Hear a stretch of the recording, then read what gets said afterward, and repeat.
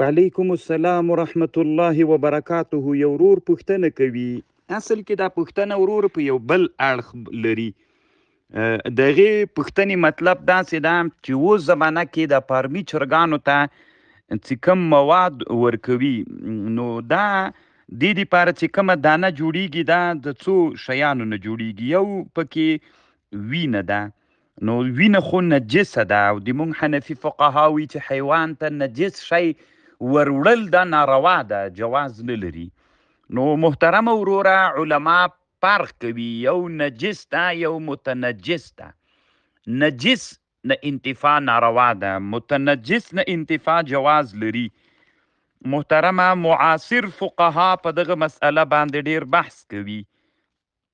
په فتاوا طبیه المعاصره کې یو عنوان ده النجاسات المختلطه بالاعلاف واثرها في المنتوجات الحيوانيه في الفقه الاسلامي، دکتور محمد عثمان شبیر. نو په دې باندې ښه بحث کړی وروره، یو نجس ده یو متنجس ده. نو د نجس او د متنجس په مابین کې انتفاع په متنجس جایزه ده، انتفاع په متنجس، اما په نجس باندې بیا جواز نه لري. نو دلته دغه دانه یا د دې د خوراک چې دا د ډیرو شیانو سره ګډیږي، نو بیا متنجس ګرځيږي. نجسوالی مغلوب سو، دا متنجس سو. الله دې جوړ لره وروره، کامیاب اوسي. وعلیکم سلام. یو ورور پوښتنه کوي چې موږ مثلا مسافر یو دوبۍ ته یا بل چېرته په د میدان هوایي یا ایرپورټ کې له موږ نه لمونځ قضا کیږي، نو دا ګناه سته که نه؟ محترمه باید درنه قضا نسی. ولې درنه قضا کیږي؟ او به هلته امکان موجود ده، مونځ د 2 رکعته ده، خو باید قضا یې نه کړي. نو که قصدن یې قضا کوي، ښه پوهېږم چې وخت شته ده، بیا خود په تا باندې ګناه شته ده. الله دې ښه لره وروره، کامیاب اوسي. وعلیکم السلام ورحمت الله وبرکاته. یو ورور پوښتنه کړې ده چې د جومات برق استعمالول یا د جومات بجلی استعمالول د غرڼا ته کېناستل څرنګه دي؟ نو دی وی ما د پوښتنه 2 وارې کړې او نه د جواب سوی. محترمه دا پوښتنه موږ جواب کړې ده وروره، ته خپله پوښتنې اورې نه؟ نو پوښتنه اوره وروره، چې ګروپ کې د ځان داخل کړی پوښتنه اوره. دا پوښتنه ما بله ورځ هم جواب کړ، بیا یې واوره. په فتاوا تاترخانی 8 جلد کې لیکي وفي الخانیة متولی المسجد، د جماعت متصرف حق نه لري لیس له ان يحمل سراج المسجد الى بیته. په خوا زمانه کې خو جماعتونو کې چراغونه ول، داسې وړې ولې لمپې ولې، دا که د جماعت متولی جماعت نه کور ته راوړي دا شرعا جایز نه ده، ناروا ده. نو نن زمانه کې ځکه دا د جماعت حق ده، نو دغه بجلی چې د جماعت ته شرعا حق نه لري چې دا کور ته راوړي، او یا که په هغه باندې ته کور ته د غلا په شکل راوړي او په هغې باندې اوبه راوباسي، نو دا ټول غلا د وروره جواز نه لري. په فتاوا تاترخانیې 8 جلد کې شته د وروره. الله دې جوړ لره، کامیاب اوسي. وعلیکم السلام ورحمت الله وبرکاته. یو ورور پوښتنه کوي د یخدانونو په اړه. یخدان د افغانستان په شمالي ولایتونو کې یو عادت ده، داسې کوي چې زمي کې واوره وسوي، نو هغه واوره یوه کنده کې راجمع کوي، بیا واښه شول واښه پې باندې اچوي، بیا هغه لاندې کرا کرا جریان پیدا کوي. نو محترمه دغه اوبو کې که پچه هغه په یخدان کې پچه پرته وله، خو اخواته اوبه وتلي، دا د روانو اوبو حکم لري. محترمه نو دا چې د روانو اوبو حکم یې ودرلوده، نو مرداري نه دي وروره. حتی علماو لیکلي دي، دلیل یې دا د وروره، ما یو بل مفصل بحث کړی و.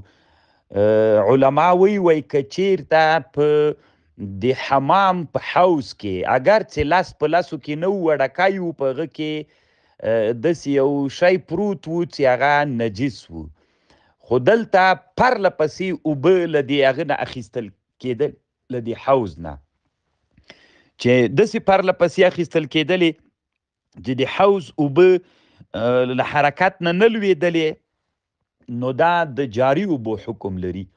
نو چې د جاري اوبو حکم یې ودرلوده، دا پاکې دي وروره.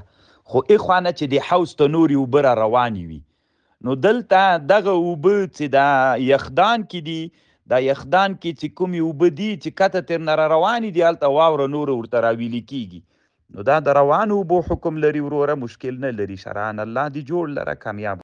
وعلیکم السلام ورحمت الله وبرکاته. یو ورور مولوي سمیع الله ایوبي په نامه د قندهار ولایت نه پوښتنه کوي.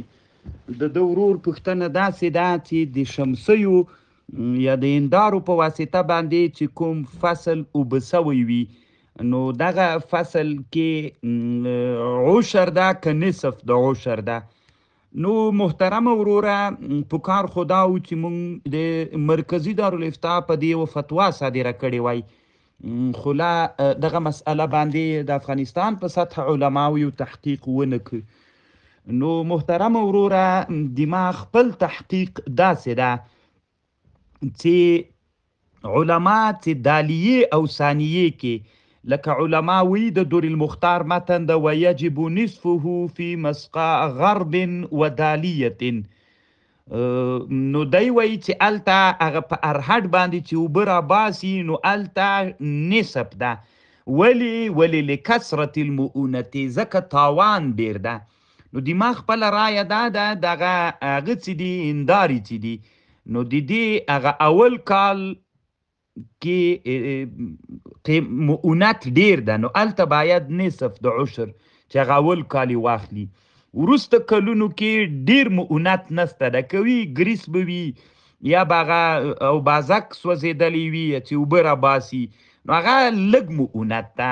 نو د کتابونو قیدونه چې علما ذکر کوي هغه ته اعتبار باید ورکړل سي. نو الته وی ویجب نصفه فی مسقا غرب ای دلو کبیر و دالیه او دولاب لکثرت المؤونه.